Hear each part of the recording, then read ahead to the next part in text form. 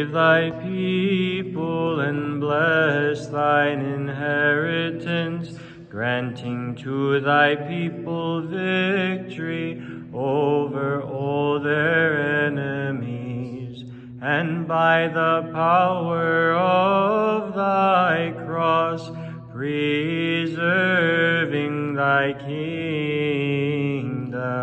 Soson Kyrie ton laonsu, και ευλογήσον την κληρώνον μη αυτού, νίκας της βασιλεύσει κατάρ βαρβάρς ομελουμένων, και τίσον φυλάτων του σταυρού σου πολίτευ.